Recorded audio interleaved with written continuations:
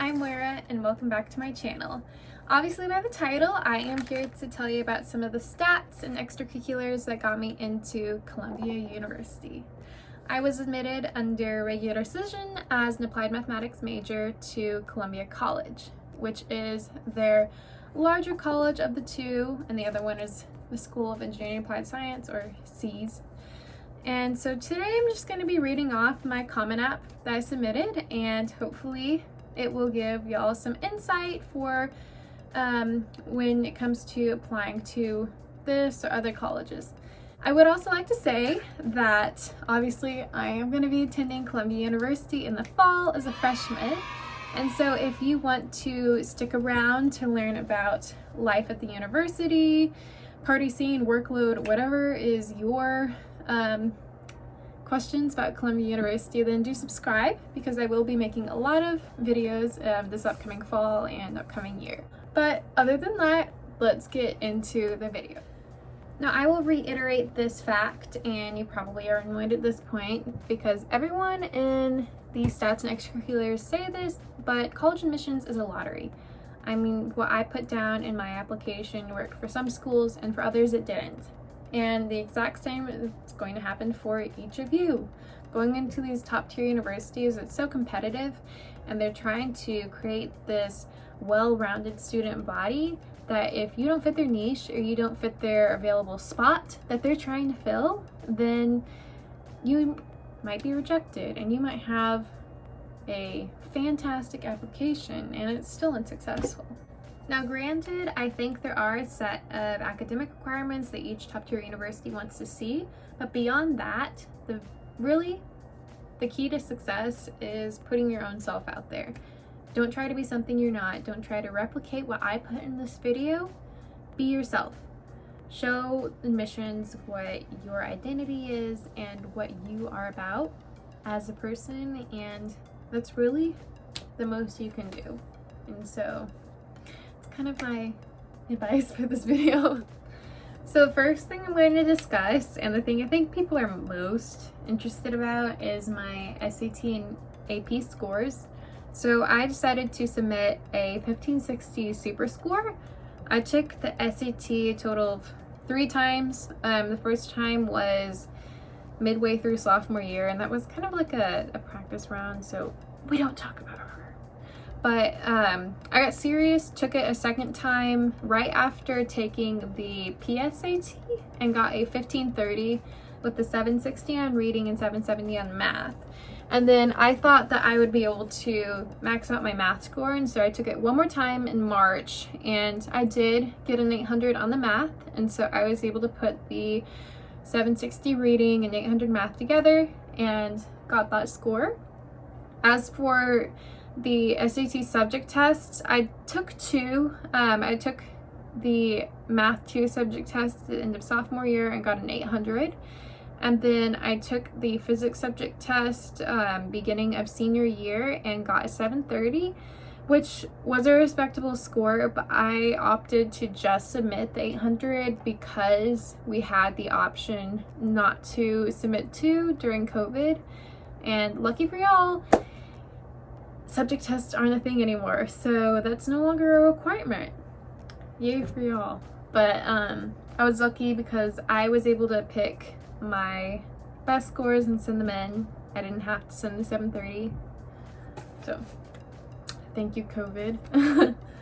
As for my AP scores, at the time I had taken 12 AP tests because I go to a public Texas high school, and so we were able to take basically any and every AP class under the sun. And so there was a big stress at our school to take as many as possible. And so I had 10 reported. I reported my 4s and 5s, and I'll list them on the screen. My other 2 that I took, I got 3s on the tests and opted not to report them, just again to be on the safe side, because I figured 10 was enough. With Common App, you have the option to submit planned AP tests, and so I submitted the 6 I was taking over senior year, and so that came up to a grand total of 16, which was, I think, the max amount that you could report. So it worked out for me. Okay, so now for my courses and rank. So I was ranked number 5 out of 507 students at my school, and that rank stayed the same throughout the semester grade report, which, for those of you who don't know, colleges require you to send in your transcript after the first semester of your senior year to make sure that you've kept up the same academic rigor and grades as previous years. So don't let the senior slump take over until after first semester. But I was glad about that. Now for my courses, I'm gonna go through each of the years and what I took. Our school, I have 8 different classes. So my freshman year, I didn't have life figured out, and that was probably a pretty pitiful year. I took 2 of my courses were dedicated to varsity wind ensemble marching band, 1 to the JV dance team at our school, and then the other 5 I took on level Spanish 1 because that's the only level they offer for Spanish 1. And then I took pre-AP English 1, pre-AP Chemistry, A2PC, which is this special course that combines Algebra 2 and Pre-Cal at our school, which you had to test into. And so that was a show of academic rigor. And then AP Human Geography, which was the only AP course offered to freshmen at the time. Then sophomore year, I got my life back together. Yay! I took 5 AP courses, which really did help my GPA. I took AP Music Theory, AP Computer Science, AP Physics 1, AP World History, and AP Calculus AB, along with pre-AP Spanish 2 and pre-AP English 2, or GT pre-AP, yeah. And again, I maxed out on all of the APs I could take in order to maximize my GPA, because I really fell behind freshman year with the on-level and all of the academic or extracurricular courses I took. Then junior year, I took as many AP courses as I could possibly handle with my extracurriculars. As an officer of my drill team, I had 2 periods dedicated to dance on the varsity drill team, and then the other 6 I took all AP courses. I took AP Physics C, AP Physics E&M, Calculus BC, AP Language and Composition, AP US History, and AP Art History. And so those are the 6 I took that year, and let me tell you, it started to get tough, especially with 2 years of physics that I had to do. That really whooped my butt. But senior year, I did the exact same thing. 2 periods of dance, and then 6 dedicated to AP courses, which included AP Chemistry, AP US Gov and Microeconomics, which are semester courses, AP Statistics, AP English Literature and Composition, and then 2 of what were called advanced courses at our school. They were considered AP weighted, but they were beyond the level of College Board's list of AP classes. One was multivariable calculus, or like basically Calc 3, and advanced physics, which covered quantum mechanics, special relativity, and a lot of other stuff that you typically don't learn as a freshman. And so one thing I think I could take away from my courses is that a lot of them were very focused in the STEM field. As an applied mathematics major, I took 3 levels of AP Calc and then 4 levels basically of AP Physics, and I maxed out in both. And so I think that really showed my interest in the STEM field and in mathematics. And so I think if you are trying to show your interest in this specific field, really do focus your time and energy into classes that pertain to that interest, and don't just take the easy way out or take easy APs to try to raise your GPA, because I think that's something a lot of people will do. Couple other stats I guess I kind of overlooked. My unweighted GPA was a 3.983 out of 4. Our school, you had to get a 97 to 100 in order to max out in a 4.0 for a class. And so it was basically impossible to have a perfect 4.0. My weighted was a 5.5889, and I'll put up on the screen how they judge that based on AP, pre-AP, and on-level courses, because I know it's different for all schools. And I'd say in terms of my grades, I kept an average of 98.5. I know specifically we were really pressured to keep as high grades as possible in order to max out your GPA, just based on our GPA system, and so that's why I had to keep my grades so high. Now for honors. So for my very first honor I put National Merit Commended Scholar, which was on a national level. I also put National AP Scholar on a national level, which was awarded by College Board. I don't think they have it anymore, but it was basically if you got a 4 or higher on at least 10 of your AP exams and have an average of 4 or higher on all exams taken, then you're awarded that award. I also got Teacher's Choice Award, highest performing student in 8 courses throughout high school. I also put down my National Honor Society under this honor just because I wanted to reserve my activities spots for other things than my societies. So I put National Honor Society in 1, and then for my 5th one, I put Vice President of Science National Honor Society, Secretary of NHSDA, and member of Mu Alpha Theta Math Honor Society. And so I put those down for my honors.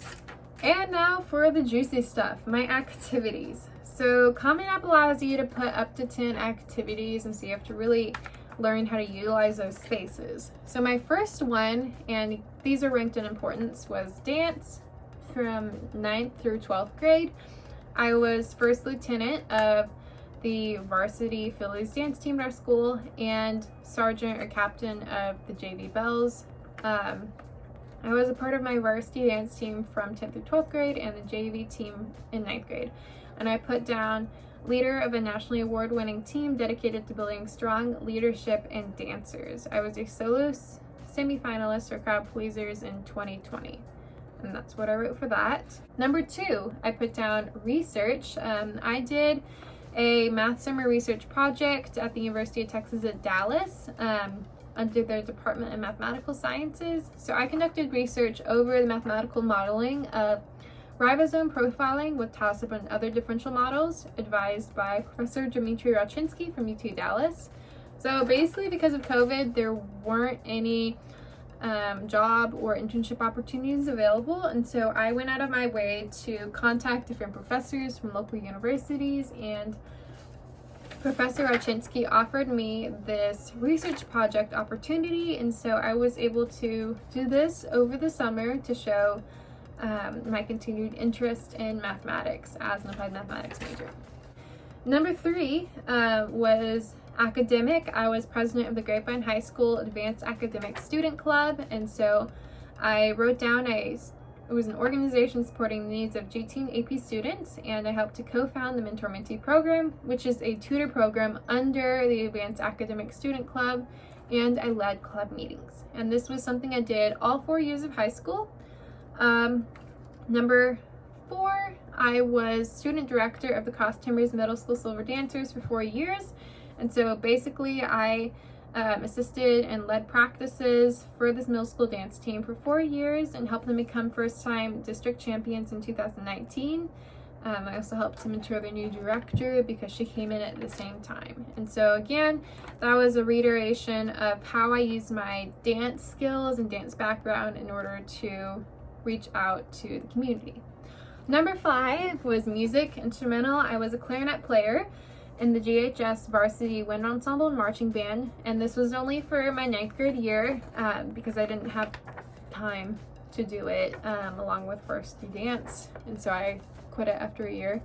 I performed at marching competitions, halftime performances in UIL, I was selected as a Region 5A band member and awarded special recognition by the band. Number 6, I was a volunteer in the Grapevine High School Ambassador Program. I performed over 100 hours of service, mentoring students at valuable after-school time, delivering meals to GISD families, and working with local middle school drill teams. Number 7, I was a private piano lessons instructor for 11th and 12th grade.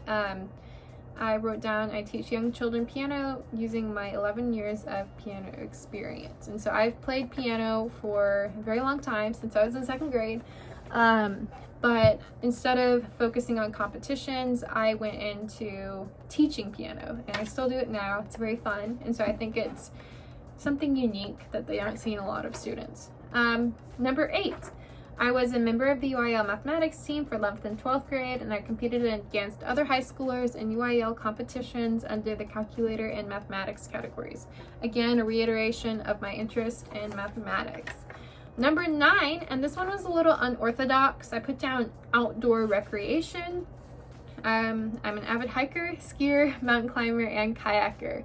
And although this isn't a club or activity, I think it really shows my interests beyond school and what I like to do in order to get active. I wrote down, I hike with my family weekly, which I do, around our local Grapevine Lake. I ski and kayak seasonally, and have summited 5 of Colorado's 14ers, which are mountains with peaks above 14,000 feet. And then number 10, I put down one thing, which was work, and that was paid, and that was being a babysitter for this past 4 years. And so I've done random babysitting, pet sitting gigs. I didn't put pet sitting because it's not quite as professional, and so I just put down babysitting instead of doing both, because it shows that I am doing something in order to gain money and gaining responsibility as a babysitter. And those are my activities. And that is the end of this video. Thank you so much for watching. I really do hope that the information I provided in this video gave you some insight for how you can improve your future applications for some of these top-tier universities, and were able to gain some ideas for how to pertain to your interests. If you want to hear some of my essays for Columbia or some of the other schools I was admitted to, then do subscribe and comment down below, because I will be uploading those videos very soon. But other than that, I will see you all later. Bye!